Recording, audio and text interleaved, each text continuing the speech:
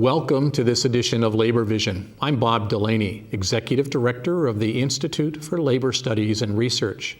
Labor Vision, a production of the Institute, focuses on topics of importance to working Rhode Island families. We hope you enjoy this evening's edition.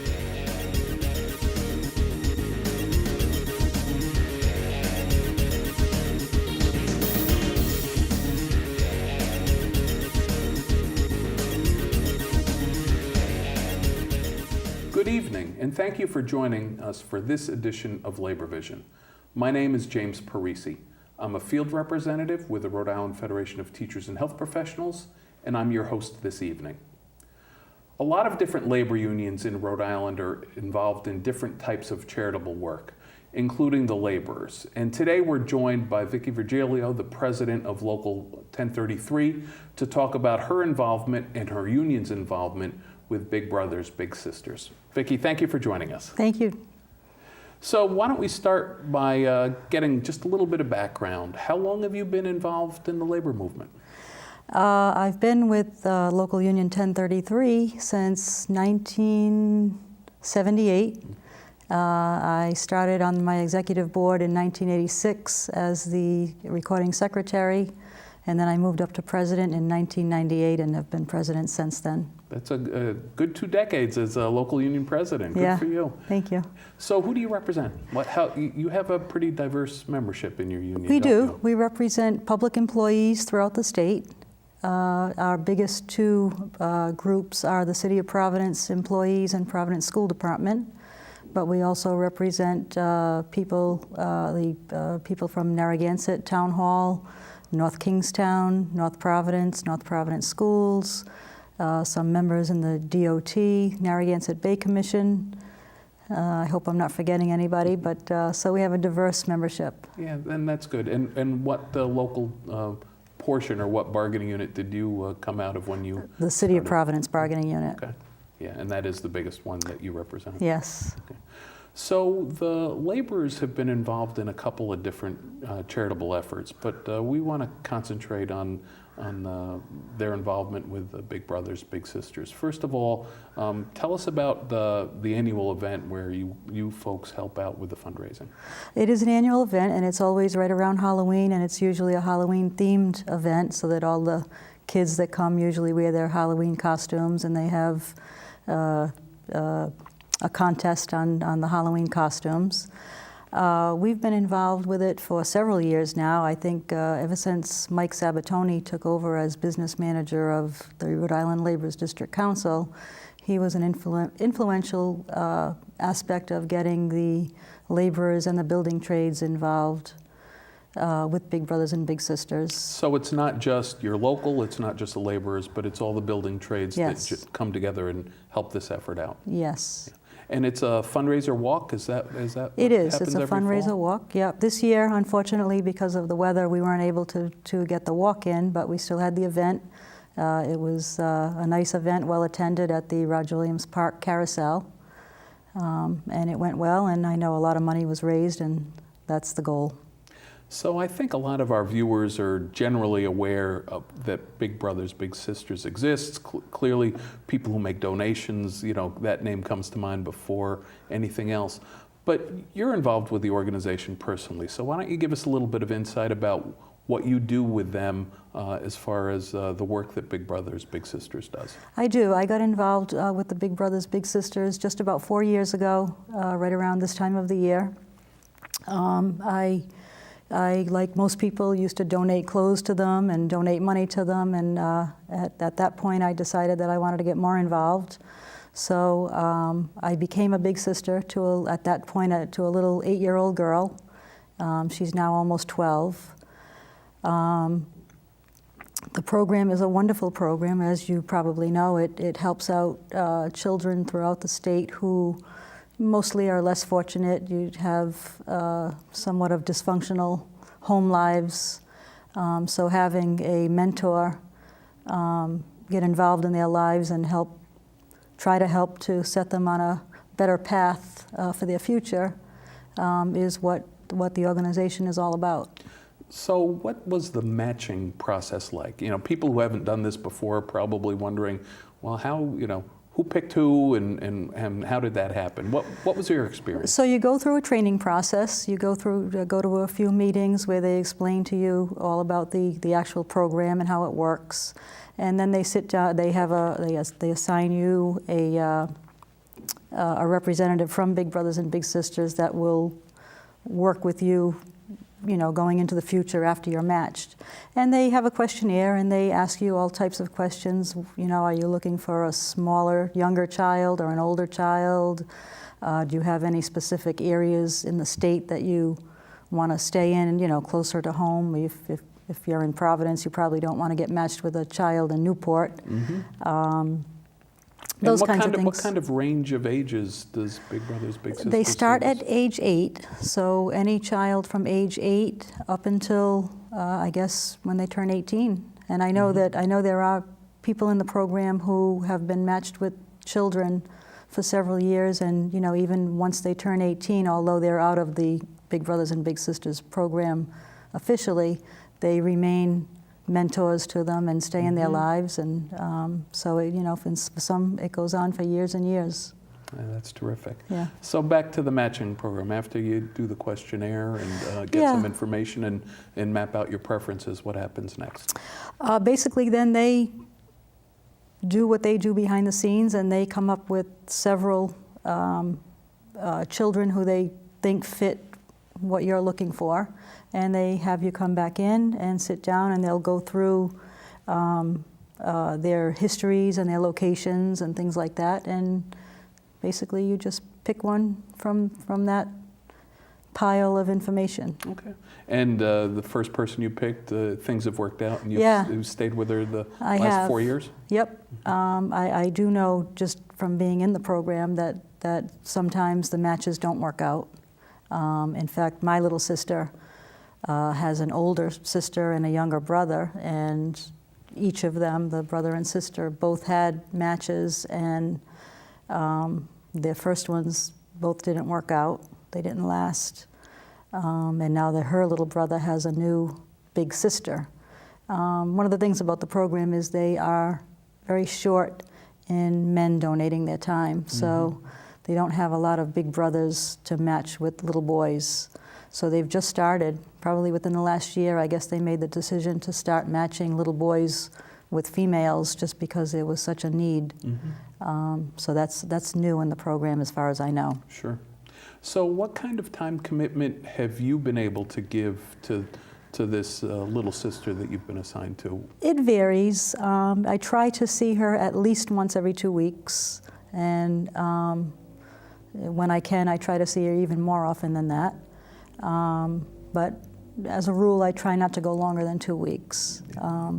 There have been times, just because of my schedule, that it's gone a little bit longer, but I try to keep it at least 2 weeks, and if not, 1 week every week if I can. Yeah. As busy as a local union president is, that's a real accomplishment to be able to carve out that kind of time. Well, they only ask you to donate your 2 or 3 hours, at a time. So I think no matter how busy we are, if we can't find 2 or 3 hours a week, then something's wrong. Sure. So again, for people who aren't familiar with mentoring or being a big brother or a big sister, where do you meet? What do you do?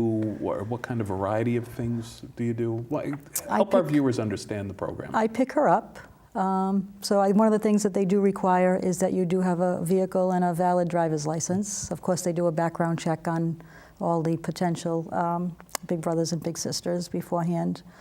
I have a little 6-year-old nephew, and my little sister has gotten to know my family over the 4 years, and the kids like to do things together. They have a good time together. So a lot of times I'll take my nephew out with my little sister as well.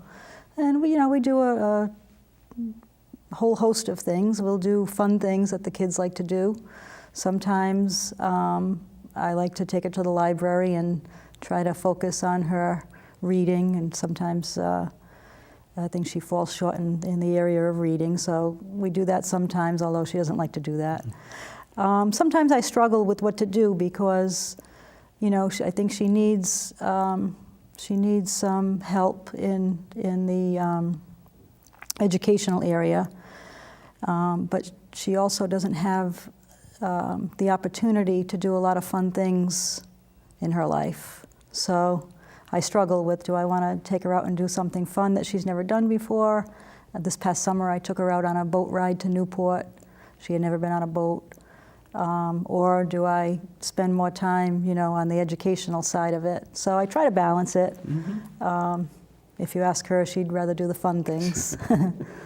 But exposing children to a variety of experiences is probably really valuable for them. It is. She likes to come to my house. She likes to bake, so I'll take her over to my house sometimes and we'll bake a cake or things like that. So it's fun. It is fun. Yeah. And how long do older brothers, big brothers or big sisters tend to stay with their little brother or little sister? Does 4 years a long time, a short time? I think 4 years, I guess I'm not the best person to ask that. You'd probably be better asking that to big brothers and big sisters. I think 4 years is a long time, just from what I've seen in my short experience with them. But again, I think there are some that stay for years and years. So. And have you encouraged other people to be a big brother or big sister? Especially men. Most young men that I run into, I do encourage them to. It's very rewarding. Yeah. What is your pitch when you're trying to encourage someone to do it? I tell them about my experiences and my relationship with my little sister, and I think how much it means in her life, and that it's a very rewarding opportunity for someone, and you don't have to spend a lot of time, but once you make that bond, you really become an important person in that little kid's life. It sounds like a terrific program, and I congratulate you on finding time to dedicate to these children who are in great need of having a mentor. Thank you. And thank you for joining us and sharing your story. Thank you, Jim. And thank you for joining us for this edition of Labor Vision. I want to thank everybody for coming here this morning. My name is George Nee. I'm the president of the Rhode Island AFL-CIO, and I've been honored to be the MC for this event over the last 10 years. We've been in a number of different locations, and this is wonderful. And unfortunately, the weather, 1 out of 10 isn't bad. Once in a while you get a day that just isn't conducive for walking, but we're still going to go ahead with the event. And we appreciate everybody's attendance here this morning. Usually, if it wasn't quite as bad, we would do the walk, and obviously this is primarily an event of the building trades, and they work in tough weather all the time, so this isn't that bad, but it's still not a good day to be hanging around walking. So we're gonna go ahead with the event. We appreciate everybody coming, and at this time, I would like to bring up. Let's see, get my notes here. George Marley, who is subbing for Shayna, who was going to sing the national anthem, but George Marley is the Director of Development for Big Sisters and Big Brothers. And he tells me he's good, so we'll see. We'll see. All right. Oh, say, can you see by the dawn's early light what so proudly we hailed at the twilight's last gleaming, whose broad stripes and bright stars through the perilous fight o'er the ramparts we watched were so gallantly streaming, and the rocket's red glare, the bombs bursting in air, gave proof through the night that our flag was still there. Oh, say, does that star-spangled banner yet wave o'er the land of the free and the home of the brave? Is that okay?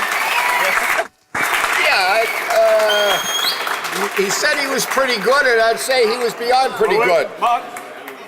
I'd also like to recognize the Providence Police Department Honor Guard under the leadership of Captain Luis San Lucas.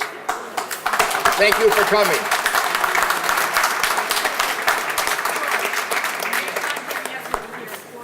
All right, the mayor's going to be here in 4 minutes. So, for those of you who are excited about that, hold on. So what we're going to do is we're going to bring up somebody that nobody knows. It's a mystery guest. His name is Mike Sabatoni. Mike has many different titles, but today his primary role is the president of the Building Construction Trades Council, who had taken on this project 10 years ago when it was just Big Brothers, and then was helpful in getting a merge of Big Brothers and Big Sisters. And you know, it's part of the whole tradition and culture of the labor movement, and particularly the building trades today, to reach out into the community, to reach out into helping the lives of people who haven't been so fortunate, give them a leg up, give them an opportunity, and they're very proud.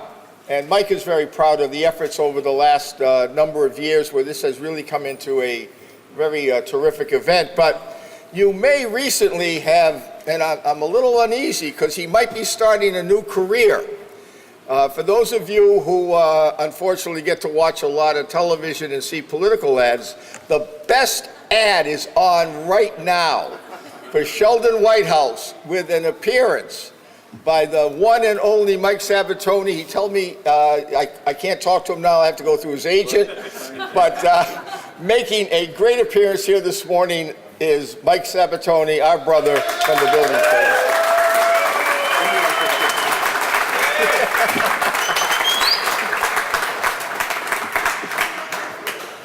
Thank you, George.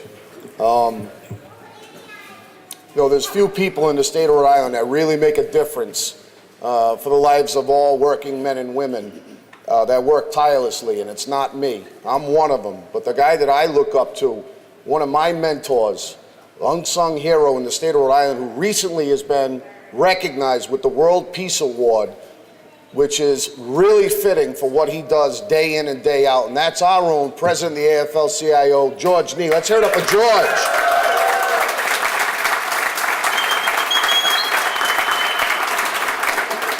So I get to do a lot of these events, but I can't do it without one heck of a team.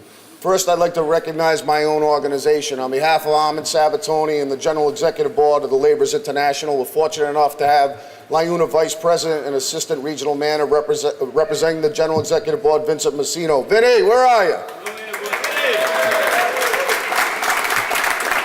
And then my brothers from the building trades, some that couldn't be with us, but I know the ones that are here. We got Mike Daly from IBEW Local 99. Michael, thank you. Justin Kelly from the Painters and Allied Trades. Where's Justin? Thank you. I saw David Langleis from Ironworkers 37 as well. David, thank you. And all the other trades that really have come together over the last 10 years to raise over $150,000 for this most worthy cause. Today is very special. You know, George, you did a hell of a job singing the anthem. I know we're going to make a special presentation in a couple of minutes, but we're missing one special person from our team, and that's Hannah Wharton, who would have done that, and I'm sure she would be damn proud looking down at it today. So let's hear it up for George as well. That was great.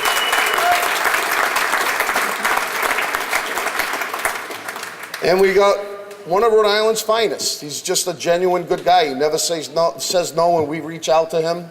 You know, I used to be a Channel 10 guy, but now I'm a Channel 12 guy, so let's hear it up for Mike Montecalvo as well. Never says no. Thank you, Michael. And now I see the mayor is here, so I'm going to cut it short. You know, here's a guy that really gets it. You know, when he gives back to the Parks and Recreation through his golf tournament, what he's trying to do for youth in the city of Providence, he's just another genuine good guy. He really gets it, and that's Mayor Lawson. So, Mayor, thank you for being there as well. With that, good morning, everyone. Good morning, and bless your hearts for coming out in the rain, in the cold, whatever it takes to raise money for a good cause and to help kids in the city of Providence and state of Rhode Island. I want to begin by recognizing Mike Sabatoni. You all know Mike. Mike is about as stand-up of a guy as it gets. Mike and I have been able to work together on a number of different projects over the past couple of years. And because of those partnerships, as we speak right now, we have $600 million under construction in the city of Providence, so more than we've had in at least 20 years in the city of Providence. And not just that, but we're investing in kids while we're doing it as well. I mean, I know that we're here to talk about the boys and girls, the big brothers, big sisters of the Ocean State. And so that means that we got to create this environment for young people so that they can achieve all of their goals and all of their dreams. Well, that's what we want to do here in Providence, from cradle to career, making sure that kids feel supported and they have the tools that they need to achieve their goals. You know, what we've been doing is investing in computers. Every kid in every school at every moment has their own computer in the city of Providence right now. Summer programs, summer camps, summer jobs, internships, apprenticeships, scholarships for when they go to college. We can't do enough of this work. And when we invest in kids, we get returns. Right now in the city of Providence, the lowest levels of homicides that we've seen in over 30 years. Shootings down 30%, burglaries down 30%. When you invest in kids, they stay out of trouble and they stay on the straight and narrow. And so, you know, that's why I want to appreciate everything that you all are doing, the mentorship that you're supporting, the opportunities that you're creating for our families and for our young people. It all makes a difference, and we're seeing it right now in Providence. So again, thank you to Mike and the building trades. I want to give a special shout out to George Nee, the MC, president of the AFL-CIO. I appreciate working with you and all the things that we have going on in the city and state. Mike Montecalvo, I appreciate you stepping up all of the time whenever you're called on the city side or whatever good cause it is. And thank you to all the men and women who are going to brave the cold, brave the rain, and do whatever it takes to raise some money for a good cause. Thank you so much, everybody. Have a great day.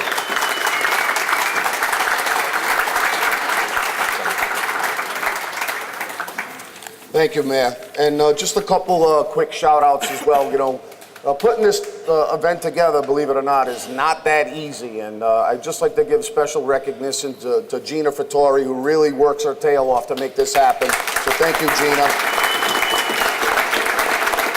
And then we also have a very special guest with us here today who, you know, I work with the Providence Boys and Girls Club.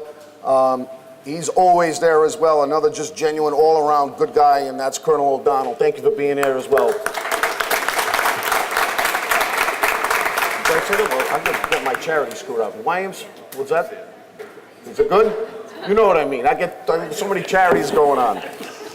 So with that, like I mentioned, this is a special day today because we're going to make a special presentation. So with that, two people also that work tirelessly on behalf of young people in the state of Rhode Island. So I'm going to call on George Evans-Molly and Taylor Millports to come up and make a special presentation. So guys, come on up. Let's hear it for these guys too. They work out.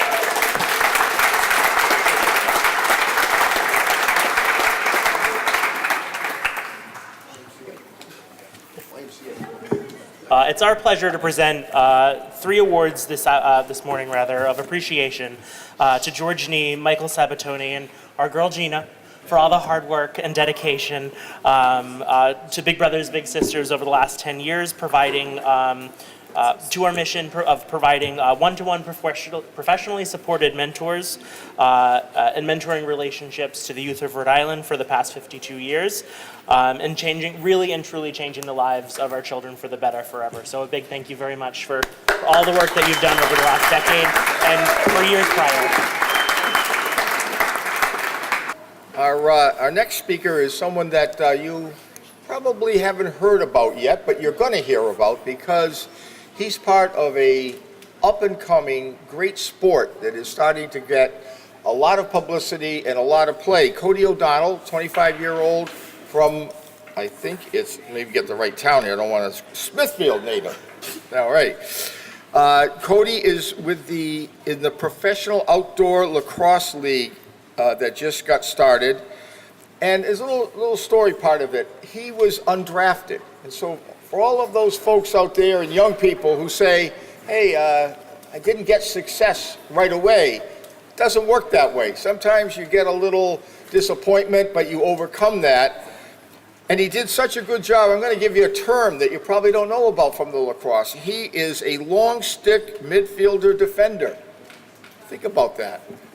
I don't know what it does, but it sounds like you're going to have to stay pretty busy. And he started to play for the Boston Cannons and was voted by the fans as the Rookie of the Year. So with that, but I also know a little bit about him, having just met him tonight. He had the best coach in the country, Steve O'Donnell. So, who is still the coach, the lacrosse coach at LaSalle. So with that, Cody, can you share some thoughts with us?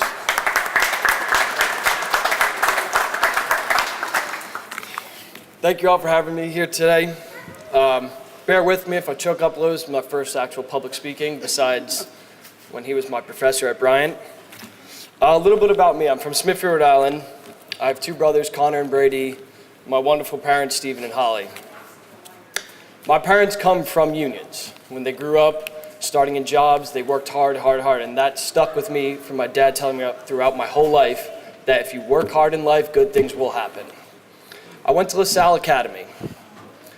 I had one of the toughest coaches that I can ever say I've had in my whole career so far, because he pushed me the hardest and he yelled at me the loudest. As I grew up, my dad always instilled into my mind that if you put your mind to it, it will happen. I wanted to play professional lacrosse since I was a little kid. And that was my goal. I set my goal and now I've achieved it. But it did take some time and some hard work and some effort. As stated before, I was not drafted in 2017 when I entered my name into the draft. Yes, I was upset, I was sad, but it didn't let me get me down. I ended up, instead of playing, coaching the youth, where I coached Gina's son, Luca. My goal was to better lacrosse, to better the youth in lacrosse, and better them as players and children. Being around lacrosse, it made me miss playing. So I had an opportunity to enter my name into a player pool, where I was picked last. It upset me, but at the same time I was excited that I had a chance. I worked as hard as I could for the 6 months till training camp, where I earned a starting spot. As time went on this season, I continued to work hard. I had my role model, my mentor, who was my father, who continued to tell me, just because I'm here doesn't mean I'm here for good. Never settle. So as I close up my speech, I want to thank my father for all he's done so far, and to thank you all for all you do. Your hard work is a reason that I work hard as well.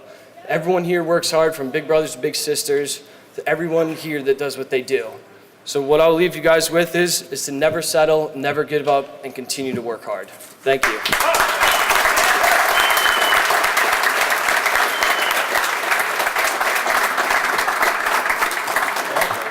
That's about as good a message as you could get for what we do here today and what we continue to do for the year. Now, normally what I say at this time is, let's follow Mike to the starting line.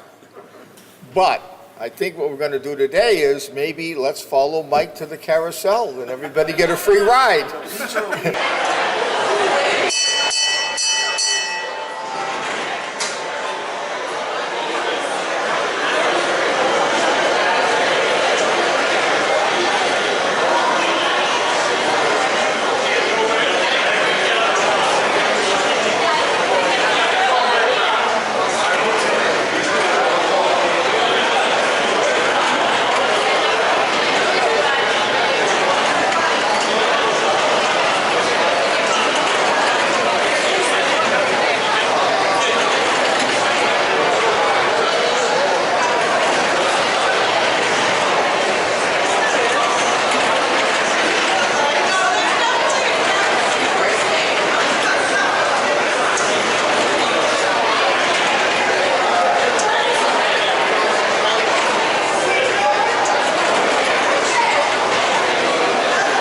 Thank you for joining us for this edition of Labor Vision. We appreciate your input and encourage your comments. Labor Vision can be seen on this channel 3 times each week: Tuesday at 7 p.m., Thursday at 8 p.m., and Saturday at 5 p.m.